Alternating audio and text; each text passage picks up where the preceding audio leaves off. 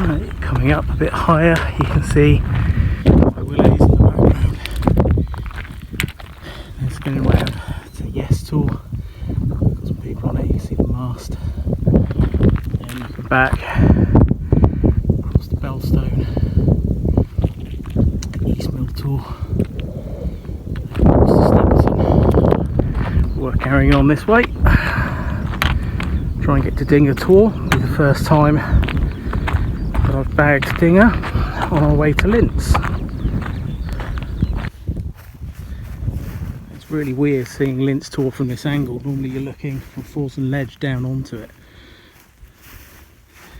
It's pretty cool. So I'm figuring out a way to get around to it. Go and follow this path or this ridge and then take a right, looking up into the valley. Can't see Rowtor cobs, maybe a bit later as we get a bit further around.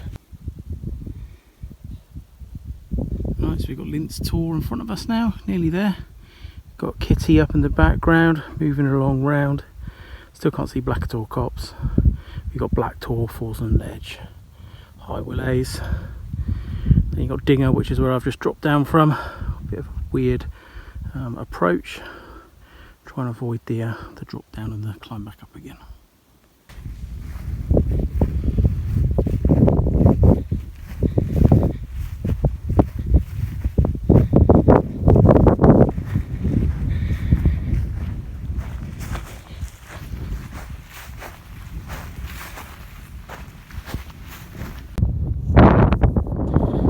Right, so finally made it up onto Lints Tor. Look down the valley towards Black Tor copse, as you can now see. A bit windy, I think, to get right. Wind's coming from this direction. That looks pretty nice, but it's going to be facing the wind.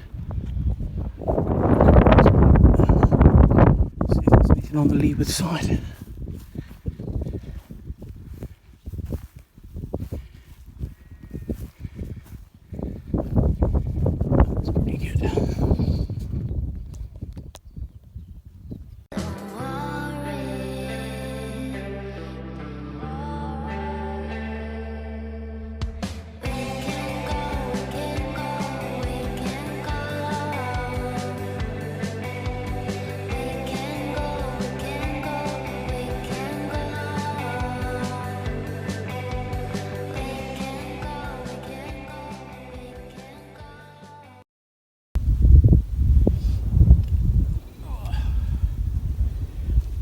Bad. Note to self, don't bring the broken pole next time. This is a tent now all set up. I don't know how far through the previous clip went before it cut out, but tension's not bad. I don't think it'll be winning any awards from Z-Packs for its pitch, but the carbon pole I brought was broken. I'm having to use my trekking pole, which is a bit lower than the recommended height, hence it looking like it's cinched down for a storm, which may well prove to be accurate. But, for those of you interested, it's a Plexamid V Beta tent, so it was one of their lightweight ones. I think it's weighing in about 380 grams all in, which is pretty good. It's amazing what you'll sacrifice in terms of comfort and room to be able to carry a 385 gram tent, which is a bit of a farce when the guy who's carrying it is 4 stone overweight, but never mind. Let's get everything set up. So the pack I'm carrying today is a Z-Pack Sub-Nero. Gotta love summer camping because the gear's lighter and therefore it's smaller. I haven't a clue what the base weight is. I'm guessing about 4 kilos, something like that. Not too bad.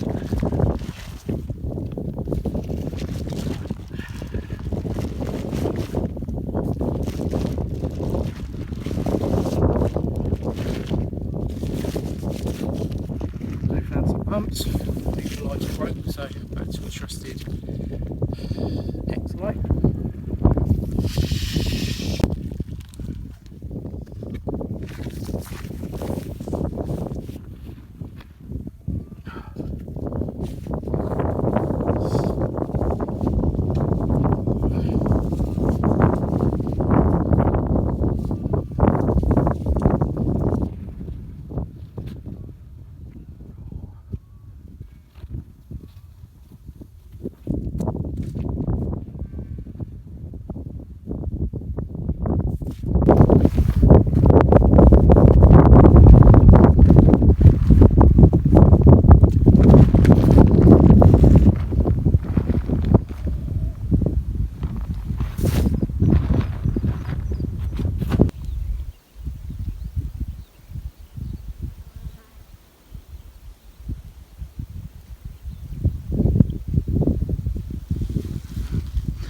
Can you hear that? Yep, me neither. And I think that's why I come out sometimes by myself, sometimes with the family.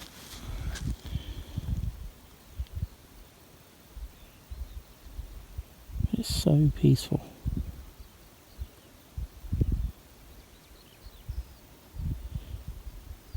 I think more and more that people are struggling to find that tranquility in their daily lives,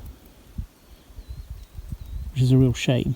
If you think you have to come out on a weekend perhaps once every 2, 3, 4 or more weeks to be able to take that pause and have that time to think about stuff.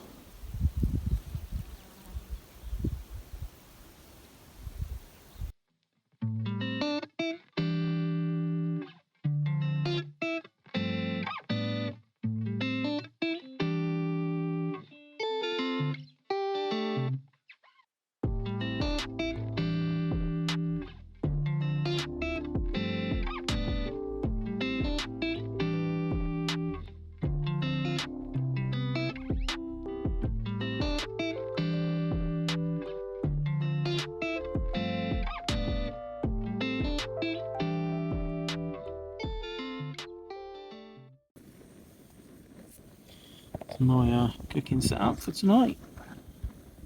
And that cooking stuff we have is quite varied, considering that we're a family of 5, so it can go from anything from this, which is pretty minimalist, it's a Totes 550 and a BRS,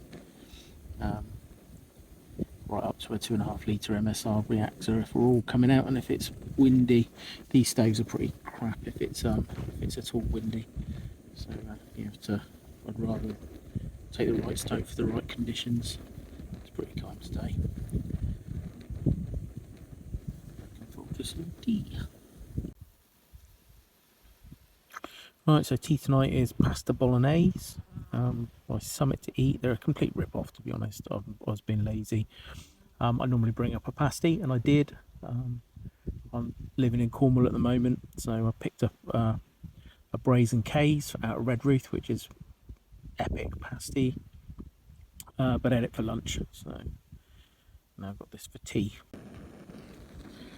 Right, that's tea done, so cup of tea, see what we've got to put in. I use these packing cases. I just find it's easier for me to keep organised, otherwise I'm terrible, I can't find anything. So I've one for food and all my cooking stuff, and then I have another one for everything else. So I'll go through those in a minute. So you've seen my stove already, the BRS, the Bic Mini fits perfectly inside the little bag, so it means I don't lose it. Food, what have we got to put in?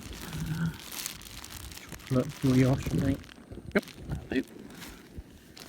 porridge for tomorrow morning.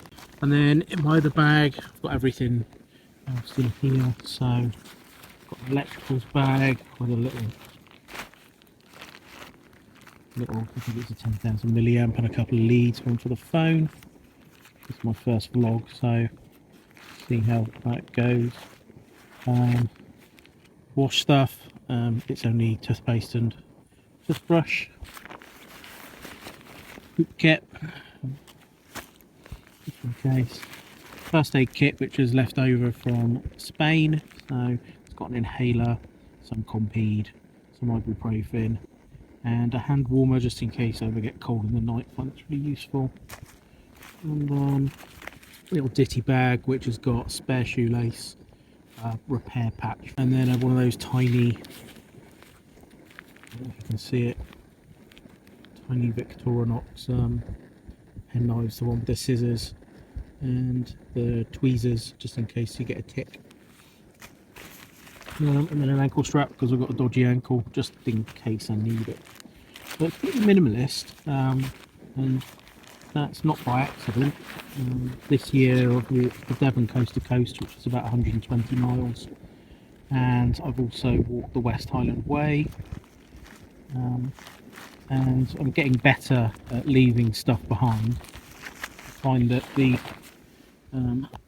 lightest gear is the stuff you don't take, so I don't have any spare socks. I've got a puffy jacket, I've got these weird little swimming boots, I guess they are, for wearing around swimming pools. For my camp shoes, they're quite light. And then I've got this Primer Loft, it's like a Berghaus puffy jacket, and that'll do. No spare clothes, so no spare base layer, no spare shorts, no spare socks. For a weekend you don't need it, and even if you get wet, well, I've only got a few miles back to the car anyway, and even if it was 10 miles in the rain, I do have some a waterproof coat, some waterproof trousers. My waterproof trousers double up as my insulative layer if I need them, either in the night or in the daytime. They act as wind pants. I was wearing them on the West Highland Way and that worked quite well, so I didn't actually take any trousers with me on the West Highland Way, just shorts.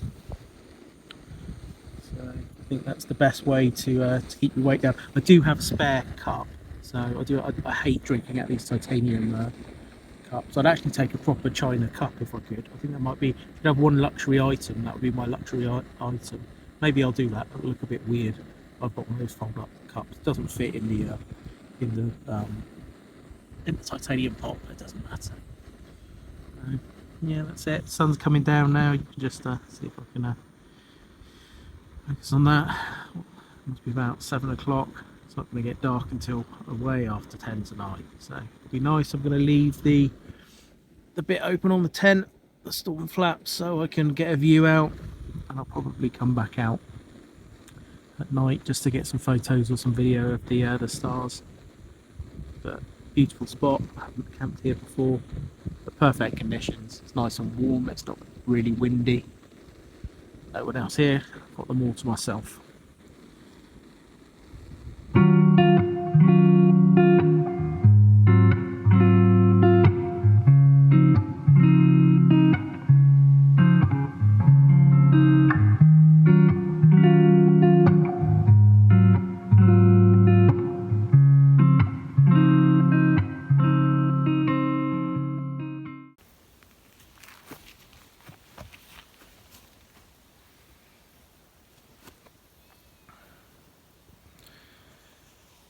So about 6 AM on Sunday morning. Pretty peaceful night's sleep. Don't think my snoring kept the sheep awake too much. Amazing conditions still. No wind whatsoever.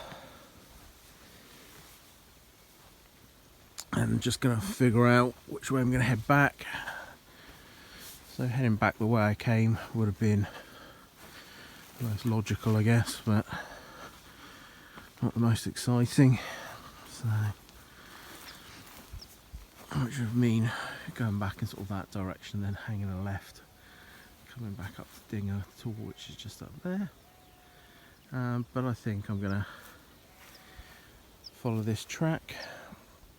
If it's good enough for the sheep, it's good enough for me. We'll drop down. There might be some water at the bottom. I've got some water for breakfast, but if I can pick up a little bit more, that would be good. And then I can head up to Falls and Ledge and then up to Willhays up on the top, and then go back via Tor and Westmill Tor. I think that's going to be more interesting. Right, I think I'll break camp and then I'll make my breakfast in an hour or so, because it's too early for me to eat breakfast now.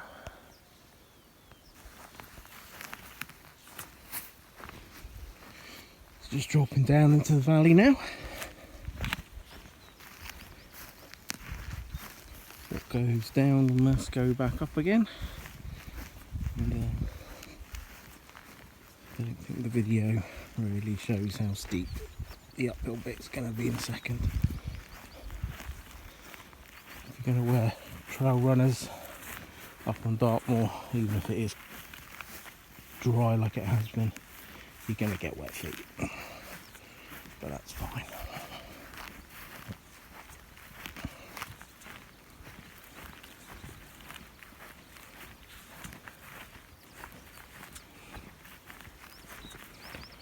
I'm just going to pick a path.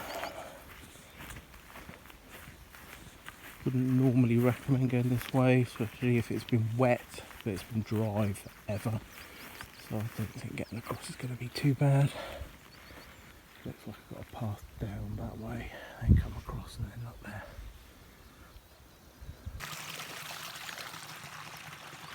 So the plan works well. Once you drop down, I can pick up some water here before the ascent up to the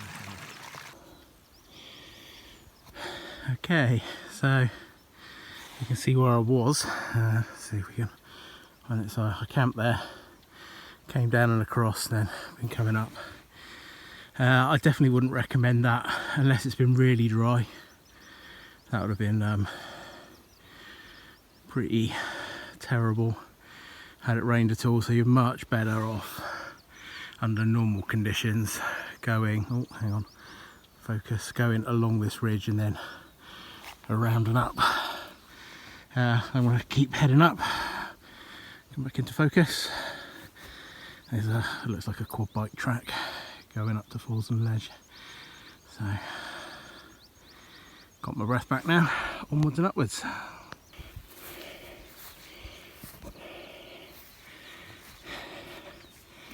Good morning.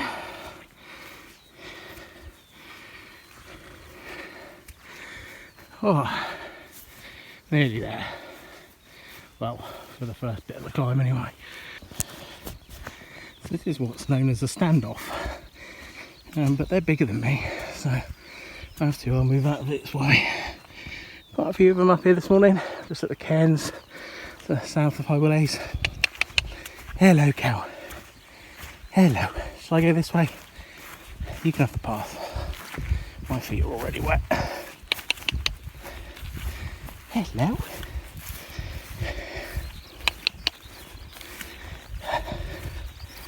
Not only are they bigger, they can run faster as well.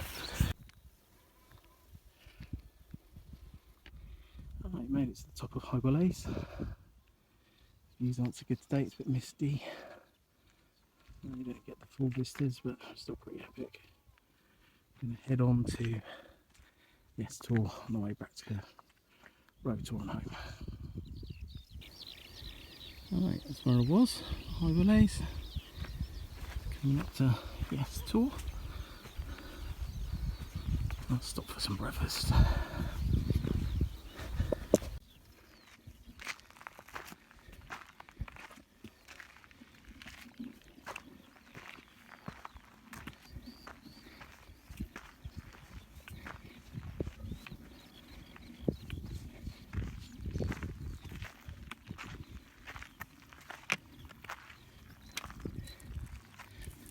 There we go. And that's why you walk all the way to the top.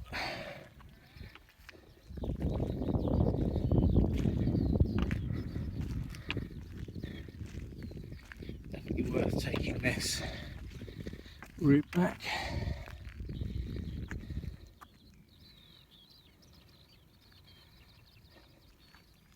Stunning views. Much nicer than the conditions I had last time I was up here. That pub's closed as well. A bit annoying. And the ice cream shop is also closed. We're heading that way, Westmill Tor, and then back. Right, so I paused my walk to Westmill Tor so I can stay here and have some brekkie. Porridge this morning, D. Pretty pleased with gear I brought. So I was warm enough last night. There's nothing in my pack which I didn't use apart from the first aid kit, which you'd hope not to use anyway, but you should always take. Pretty good.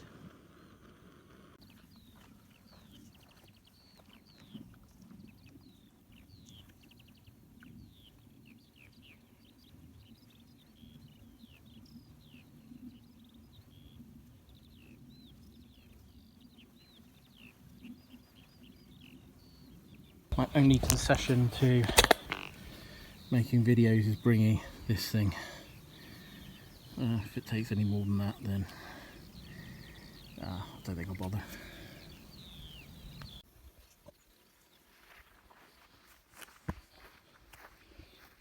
Right, just approaching Westmill Tor. Pretty big tour.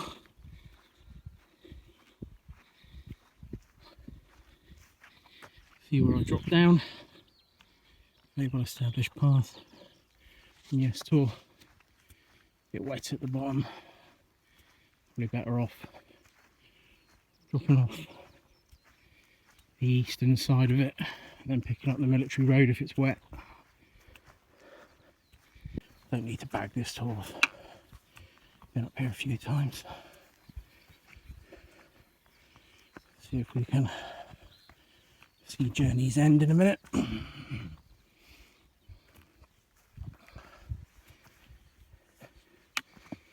There we go, there's Rowtor. And there's the car park where I dumped the car in the background. Rowtor, potato. Got a son called Rowan, so it's Rowtor for me. Right, let's get back.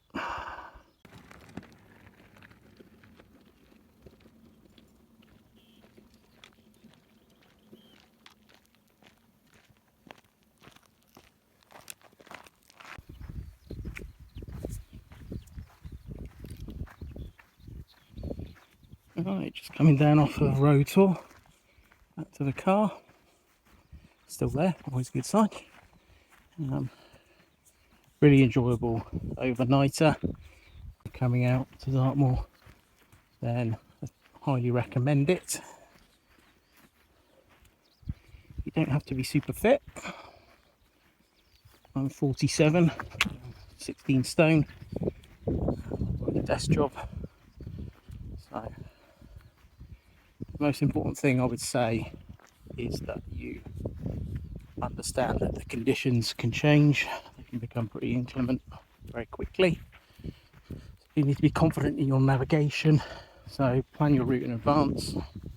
Tell other people where you're going. Start off on a fairly well-established route. So if you look at OS maps, their app is really good. You can plot routes, but also look at routes which other people have done and they're rated.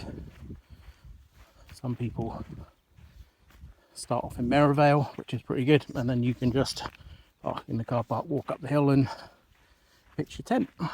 Similar to here actually, you can just walk up. You're in the approved camping zone. I'd always recommend that you have at least 2 sources of navigation, so don't just rely on your phone. If you have a map and a compass, learn how to use it before you come up. Or there's lots of GPS devices. Alternatively, if you're coming up with more than one of you, then make sure you've got your routes on both your phones and tell people where you're going. Always pack a bit more food than you need, or you think you need, because invariably you end up a bit hungry doing all the walking.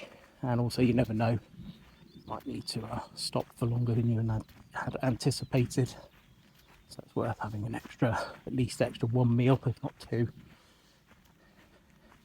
Plenty of water up here.